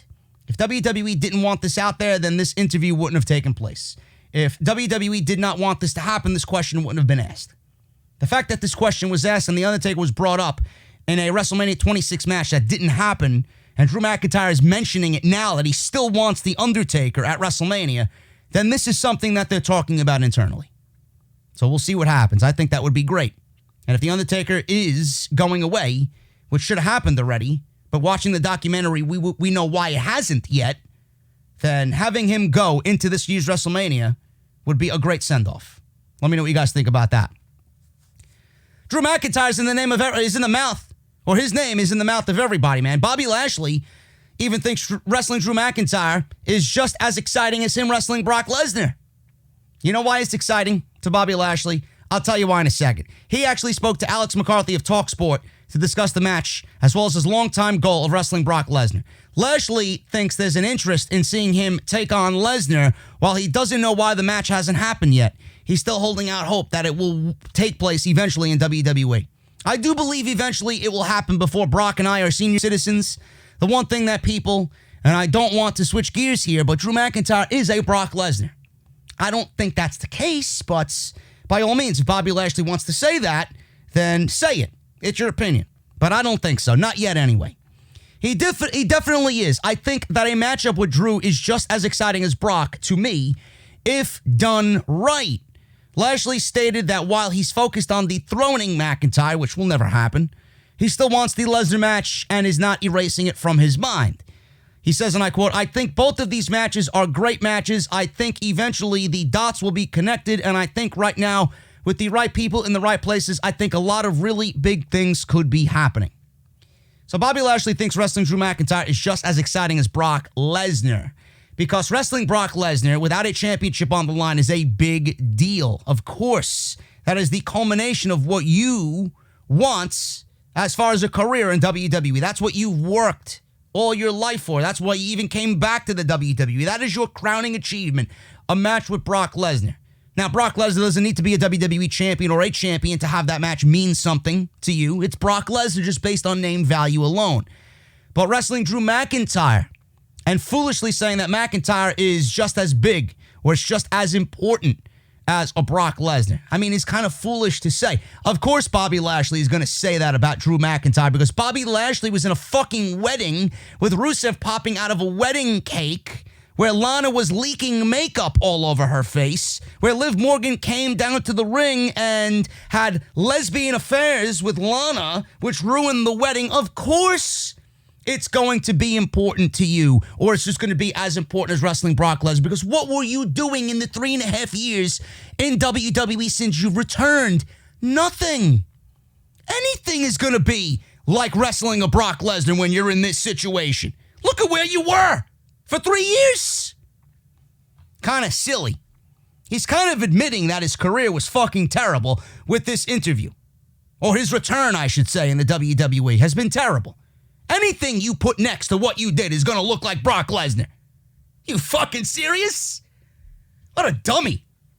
Does anybody take anything this guy says serious? Yeah, you want me to believe, again, you want me to believe this guy is worthy of a WWE Championship match, knowing what he's done for 3 years. Now, if you built him up over 3 years and made him a legitimate threat and didn't treat him like a joke, maybe I would somewhat be thinking differently about Bobby Lashley. But that's not the case. It's not the case now, is it? Could be a decent match, but I'm not expecting Bobby Lashley to even sniff a WWE Championship. Anything next to what he has done is going to look like wrestling Brock Lesnar. So, of course, he's going to say wrestling Drew McIntyre for the WWE Championship is just as big as wrestling Brock Lesnar. Of course, dummy. Oh, man. I'm spent. I'm done complaining about this fucking comment. Everything is just nothing but a complaint here. Seriously. And rightfully so. Rightfully so. Seth Rollins was interviewed. This is funny. This is fucking funny, man. This is priceless. Seth Rollins has appeared on another Corey Graves podcast. Seth Rollins has appeared on another Corey Graves podcast. What did the clown say now? And I'm going to keep this music playing because it fits the tone of this fucking story. Seth Rollins says The Undertaker's character wouldn't work if debuted today. Unreal. Now, folks, I know everybody listening to me's got somewhat of a fucking brain. Why wouldn't it work today? Huh? Let's see what Rollins has to say. Rollins spoke about The Undertaker on the latest episode of After the Bell. Enough of the fucking music. He suggested the gimmick wouldn't work if debuted today. This is what he said to Corey Graves, and I quote, "The smart thing about this with Undertaker is he did it at the right time in his career. 12 years old. 12-year-old you. If you had seen The Last Ride, it would have ruined everything. But we didn't have that, and he wasn't in the prime of his career. His character doesn't work today. There are several weird exceptions. Bray Wyatt comes to mind from an ultra character perspective who sort of slides in by a little bit and gets a pass. Yeah, but they ruined Bray Wyatt too. Bray Wyatt is buried, no matter what anybody says about him. The guy and his appeal and his charm, fucking dead, and you were a part of that. You're one of the reasons why Bray Wyatt is dead. Give me a break. Bray Wyatt could have been that, but WWE took Bray Wyatt, who was ultra popular, and said, nope, we didn't expect him to be this popular. We got to tone it down several notches, and we'll ruin it. And then we'll build him back up again the way we want at our time. In our time. When we want, you know? So, The Undertaker and his character is so supernatural, and now that he's at a point in his life where he is comfortable transitioning out of the character and into Mark Calloway, it makes it okay for me to watch it and see him being a human being.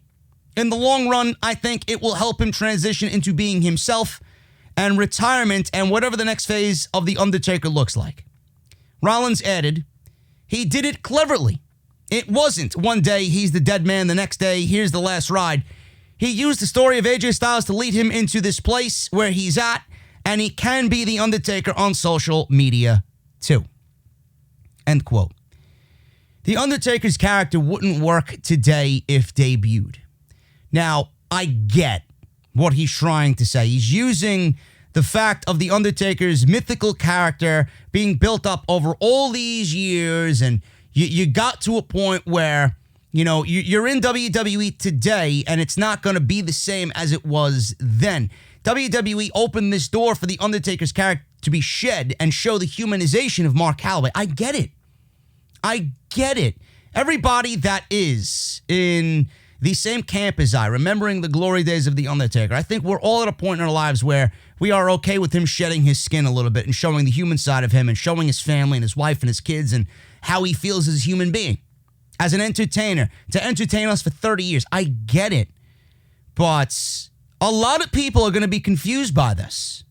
The way it was titled was absolutely ridiculous.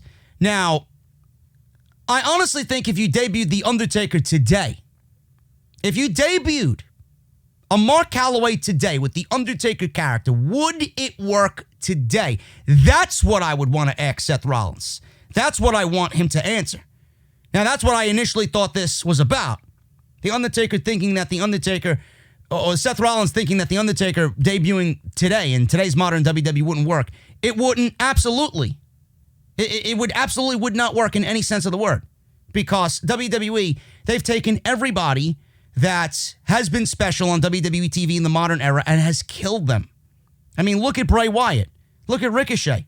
Look at everybody. Look at the Viking Raiders. You can name a handful of guys that have been absolutely ruined by WWE and castrated to a point where they do not feel special anymore. If the WWE debuted The Undertaker's character today like they did in 1991 on Monday Night Raw, if things were normal, would it work? No. Because WWE creative wouldn't let it work. Now, I will say this. WWE creative may be a fucking mess. They may ruin The Undertaker's character and not give it the chance to shine the way they did back in 1991. Yeah, there were more characters on WWE TV back in the day. That was what their television program was about. You got IRS, you got Earthquake, you got the Legion of Doom, you got Demolition, you got Tito Santana, you got all these guys, right? Dusty Rhodes, The Natural. You got all these different characters. $1 Million Man, Ted DiBiase, Roddy Piper. All these guys on Jake the Snake. All these different types of characters on WWE TV. It worked then. But I'll tell you what, and I said this in every discussion that I had leading up to some of the House of Glory shows that we were kind of constructing as far as the creative aspect goes. We wanted to move towards more of a character-based promotion, character-based story development. I honestly think WWE could use a character like The Undertaker and more characters like a Bray, not like a Bray Wyatt, but more character-based performers on WWE television, because WWE right now is saturated with everybody that looks the same, that feels the same, that moves the same, that acts the same.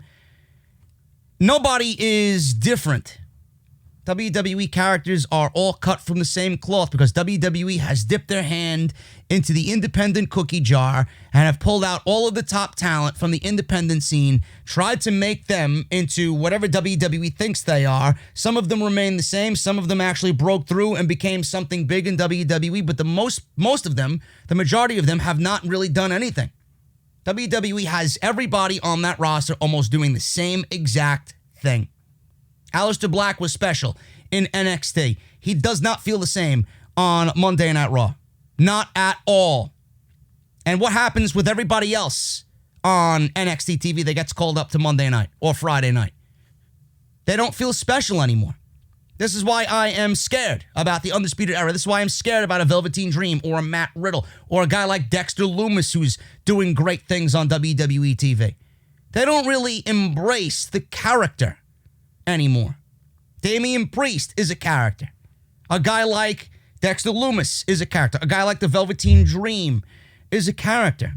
They need more characters on their television to really set it apart. This is why the program is suffering in the ratings week to week. There's no reason to watch if everybody is the same, if everybody moves the same.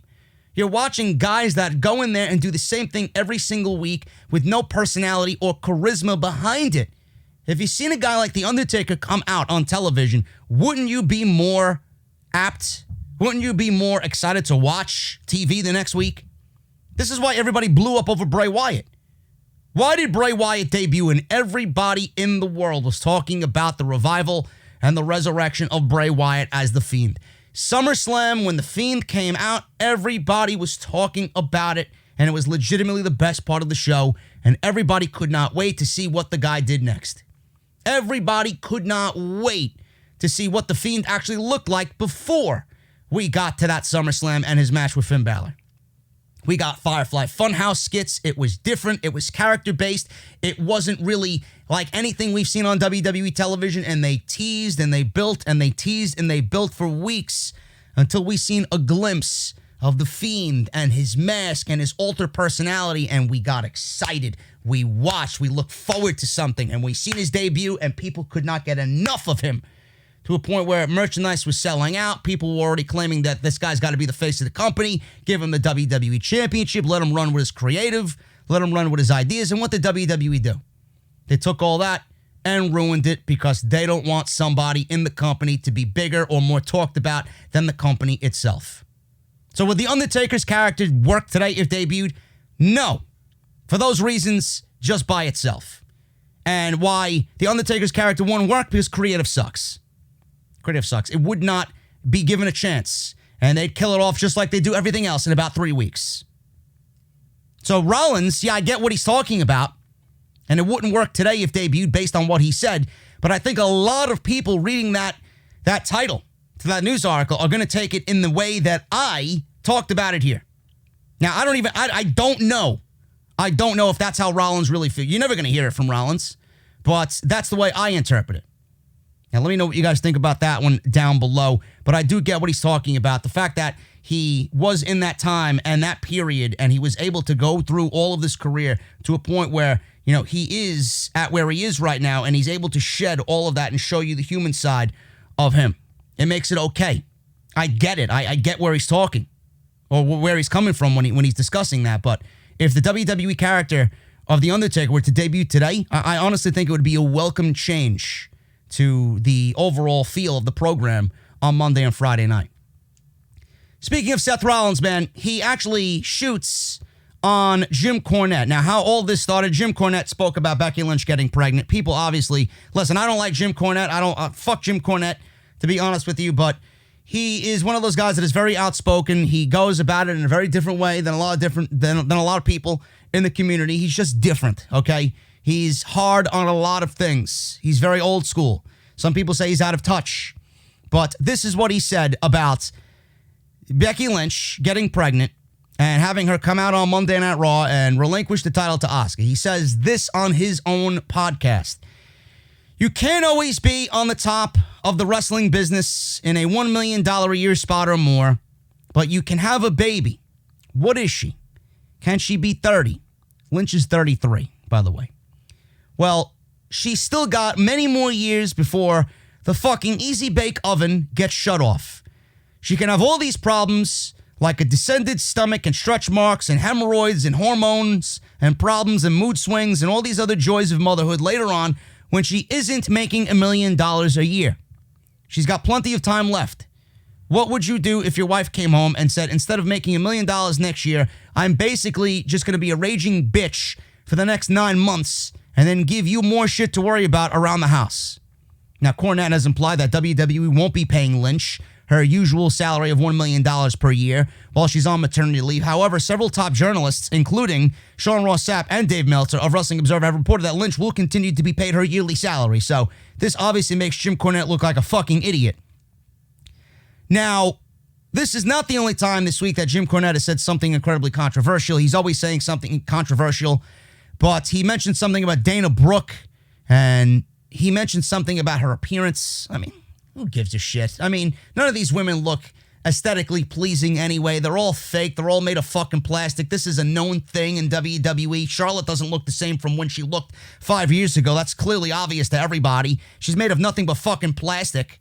Seriously. She doesn't look the same. How many fucking injections and enhancements has Charlotte Flair done to get to where she is today? The only reason why she is where she is today is because, A, she's a Flair, and she got to where she is today because she looks like a Barbie doll. Same thing with Alexa Bliss. She's blonde and got nice assets. That's why she is successful. When would ever, in any time, would a woman like Alexa Bliss with so little fucking in-ring ability be a world champion 7 times over? You fucking serious? She's there because of how she looks at a top level. Same thing with Lacey Evans. Lacey Evans been given opportunity after opportunity after opportunity. Barely any in-ring ability. Why? The new blonde to come on in and kind of wow everybody. Same thing with fucking Scarlett Bordeaux when she shows up on the main roster. You don't think Vince McMahon already has an eye on her? Fuck Cross. Scarlett Bordeaux he wants. But regardless of all that, it was about Becky Lynch's pregnancy. Seth Rollins responds to Jim Cornette's comments on Becky Lynch getting pregnant. Now, listen, I agree with what Seth Rollins had to say here. I defended Becky Lynch and the fact that she was... The only problem I had about it was the way WWE went about giving Asuka the world championship. That was it. Becky Lynch wants to go and have pregnant babies, gets pregnant, whatever. She wants to go have a fucking family, whatever. Go and get pregnant and have a family. In fact, I said it's best for all of us if Becky Lynch is off TV. She was watering down the division. Go have a baby. Go have 2 babies for all I give a shit. The fact that you're not on TV is better for the overall health of the division. This gives more leeway for WWE to push somebody new in that spot. It opens up an opportunity for more talent to try and strive to be a Becky Lynch or the next Becky Lynch. This is great. This is great. We were all getting tired of Becky Lynch anyway. So her being off TV is a thumbs up all around. But I defended her. And I said, if she's going to go and get pregnant, that's a decision. She's going to go have a baby, that's her decision. And nobody else should have any fucking word about what she does or how she uses her body. That's Becky Lynch. Vince McMahon can have a problem with it, you know, and nobody else should have a problem with it. She wants to go have a kid, that's her prerogative. But I think it's great for the overall health of the division. So Rollins said this, and he said this on Corey Graves' podcast. I really don't want to take too much time to get into it because, you know, I don't want to focus on it. It hurt my feelings on a personal level because Jim Cornette is someone who is a legend in our industry. He is someone that I personally worked with in my time in Ring of Honor. And for him to come out and say some really negative things, some real misogynistic things about women in general and pregnancy in the industry, it kind of caught me off guard. It made me lose a lot of respect for somebody that people have already lost respect for. And I was holding on to hope that somewhere along there was a personal connection between Jim and I that he would make twice before making some egregious comments about women, about my wife. At this point, I can't even forgive him. So Rollins clearly was, obviously taking issue to what Jim Cornette said. Again, it all goes back to all these people claiming, oh, I'm not watching the product. Becky Lynch is not on the show anymore. So what? Don't watch the fucking product. That's what you're not watching the product because Becky Lynch wanted to go and have a family? That's why you're not watching the product anymore. There's bigger issues at hand here, bro, than Becky Lynch being on fucking TV. The product was terrible with her on TV and with her as women's champion. Seth Rollins defending his wife, his fiancée here, it's nothing new. He obviously needed to stand up for what Jim Cornette said because Jim Cornette made public comments. So I agree with him. It's their life. It's their child. They want to start a family. That's on them. They felt like it was the right time. If WWE gave them the thumbs up, so what? Rollins ain't going to be punished for it. They're not going to punish Becky Lynch for it. They want to go have a fucking family, let them go have a fucking family. I don't know why this is an issue. Jim Cornette is claiming that Becky Lynch being away, making $1 million a year and having a family is wrong. That's what you're holding on to. The overall division was wrong when she was there as champion. Who gives a fuck if she's not there? I believe people hang on to these stupid fucking things. There are bigger fish to fry here, folks. Becky Lynch being on TV makes no difference compared to as if she's not on TV. The show still sucks. The division still sucks. So if she wants to go have a family, by all means, go have a fucking family. Another popular word was banned off WWE TV this week. Here are a few words that in recent years have been banned at one point or another. Belt, strap, the business, stupid, our industry, pro wrestling, pro wrestler, because WWE has nothing to do with wrestling, right? So let's ban all the terms about pro wrestling. House show, war, they banned war, thus War Raiders. Performance, performer, sports entertainment, DQ, US, hospital, faction, the title is on the line, talent, interesting, shot, backstage, feud, fans, title changing hands. Those are some of the words at one point or another have been banned in Vince McMahon's universe, folks. On that list, you will see the word wrestling. And yes, it is actually a word that until very recently was banned on Raw, SmackDown, and NXT. But you know, WWE's producing wrestling shows, so let's ban wrestling. However, on a recent episode of Raw in particular, people have started using wrestling again. Charlie Caruso obviously was given order to say that Randy Orton vs. Edge is the greatest wrestling match of all time. And while this statement is nonsense to the utmost degree, she wouldn't have been able to say it unless it was actually in her script and fed to her by Vince McMahon. Speaking on Wrestling Observer Radio, Dave Meltzer noted that Paul Heyman was likely behind the word being unbanned, as it is something that he has pushed for in the past. Great, now let's start using it in actual legitimate ways. Because Randy Orton and Edge is not going to be the greatest wrestling match of all time, folks. And finally, another WWE release flies underneath the radar. This is somebody that could actually go over to AEW if they want, because she could be a good hand. Rachel Ellering. She was trained by Lance Storm. in his school in Canada, which shut down a few months ago due to the CV-19. Dave Meltzer noted that she has been released from WWE. Meltzer reported that her complaints were not received well. She actually spoke out a couple of months ago about having issues with the medical team and procedures while she was rehabbing after knee surgery, reconstructive knee surgery. Meltzer noted that while she was complaining, her complaints were not received. She then was given a few options, both of which meant basically that she was getting released. She chose one of the options and then was released. There was a time when she was interested in leaving, but this was before the CV-19 hit. Her release was WWE's decision. Now, this falls in line with what was said about a large number of wrestlers who were released just to happen, and it just happened to be people who had complained about not wanting to work with the company during the pandemic, or their spot, or their card, in this case, the company's medical procedures. This is not isolated to just, Rachel Ellering. Nikki Bella actually spoke about WWE's medical procedures in her new book. Nikki wrote about her neck issues in 2015. She said, I asked for an MRI, but they told me that it wouldn't show anything. They had no answer when I explained that my legs were going numb and giving out on me in my matches, that I could only lie down in bed for a few hours at a time. Finally, I had an MRI. I was in Austin, Texas, and I was backstage. A doctor came up to me and said, just so you know, we're not going to find anything. I would have given anything for that to be true. Nikki said that she was finally able to get an MRI done when she was sent the following text to someone at WWE offices. Is it because I'm a woman that I don't get the same treatment as the male superstars? Of course, Nikki Bella would write this in the book. Nikki says that she was on the cusp of being paralyzed and added, I was really frustrated because I felt like if I were a male superstar, I'd be getting radically different treatment instead of being instructed to just sit at home and pray. As far as Ellering goes, being able to work outside of WWE, it would not surprise anybody if she ended up in an AEW or anywhere back in a really great independent wrestling promotion because, she is definitely someone that has a lot to offer, and WWE really never tapped into that with Rachel Ellering in NXT. The Nikki Bella book sounds like trash. I mean, it's just feminist garbage that clearly they're spewing off to the fucking masses and the little children. I mean, give me a break. If I felt like I were a male superstar, I'd be getting treated radically different. This is we all know that they're bullshit with their women's evolution. We all know why they did it for political reasons. They fit into an agenda. But I mean, give me a break. Nikki Bella was married or dating John Cena at the time. Like they would do anything bad to hurt John Cena's fucking woman at the time, right? Give me a break. Give me a fucking break about this feminist garbage.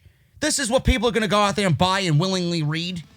If WWE did that and were neglectful in regards to Nikki Bella, man, it would have been everywhere. Now she's coming out and saying because she's not with the fucking company anymore. Give me a break. Garbage, garbage, garbage upon garbage.